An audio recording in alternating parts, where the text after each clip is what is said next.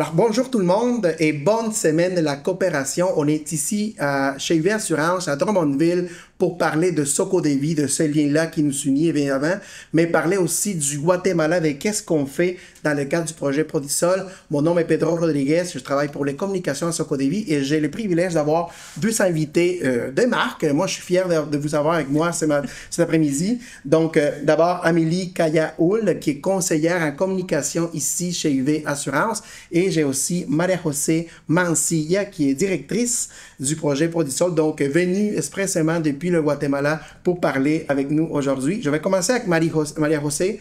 En espagnol, vous allez voir la traduction en bas dans les sous-titres. Maria José. Merci d'être parmi nous, Maria José. Explique-nous en quoi consiste le travail mené par Socodevi au Guatemala dans le cadre du projet Prodisol. Merci, Pedro. Avec le Prodisol au Guatemala, nous menons un projet d'autonomisation et de développement économique.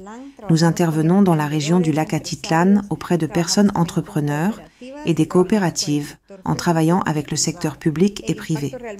Notre objectif est de développer le secteur touristique de manière collective, en améliorant l'offre de services. C'est donc un projet avec des synergies dans lequel il y a beaucoup de gens impliqués. En effet, et nous travaillons surtout avec les femmes et les jeunes autochtones. Notre but est de les appuyer et c'est donc auprès de ces personnes que nous concentrons nos efforts. Ya, entiendo. Gracias. Continuons con Amélie. Amélie, dis-nous, tu as eu la chance d'aller au Guatemala récemment là, pour un mandat d'appui conseil. En quoi consistait ton mandat au Guatemala? Oui, bien en fait, ce mandat-là a été rendu possible grâce au partenariat entre UV et Socodevi. Et puis, parmi les objectifs du projet Prodisol, il y avait en fait de rendre les coopératives plus familières avec les bonnes pratiques dans les communications numériques, donc expressément pour les réseaux sociaux. Donc, ces entreprises-là, ces coopératives-là ont des plateformes sociales. Ils doivent les utiliser à meilleur escient pour se faire connaître. Donc, j'étais là pour les aider à mieux promouvoir, en fait, leurs entreprises, leur Donc, c'était vraiment un objectif de rayonnement, ouais. De faire connaître leur organisation, quand même leur service, c'est ça? Oui, à plusieurs objectifs. Donc, autant de se faire connaître, eux, auprès de leurs différentes audiences, mais aussi pour promouvoir leurs services, leurs produits. D'accord, je comprends. Je reviens avec Maria José. Maria José, pourquoi justement ce que lo que decía Amélie, pourquoi il est important d'établir des partenariats avec des organisations comme UV Assurance pour un projet comme le Prodisol? C'est un appui important car UV Assurance cofinance le projet, mais aussi parce que c'est une alliance pour le transfert de connaissances dans laquelle nous travaillons ensemble.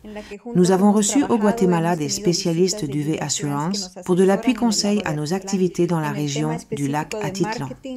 Sur le volet marketing, l'appui aux entrepreneurs et entrepreneuses est très important puisqu'il nous aide à améliorer la commercialisation de leurs services et leur visibilité sur les médias sociaux. Pour nous, c'est un aspect clé dans ce partenariat. Gracias, Maria José.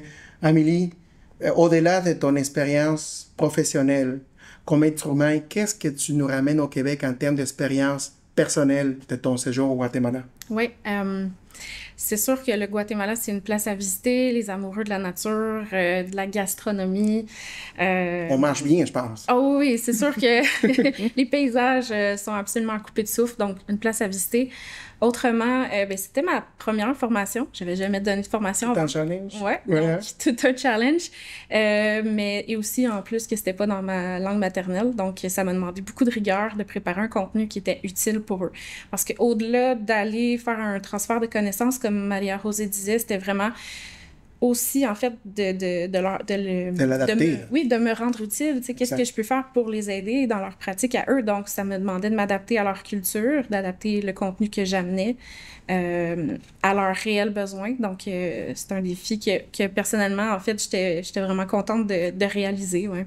Parfait. Puis aussi, sinon, en fait, c'est côté personnel, côté humain, j'ai vraiment rencontré des personnes exceptionnelles. C'est les membres avec qui j'ai interagi, c'est des personnes généreuses, curieuses. J'étais vraiment contente de faire ces connexions-là. Une belle expérience que tu n'es pas prête à oublier, je pense. Non, pas du tout. Donc, merci Amélie, muchas gracias Maria José. Merci tout le monde qui nous écoute.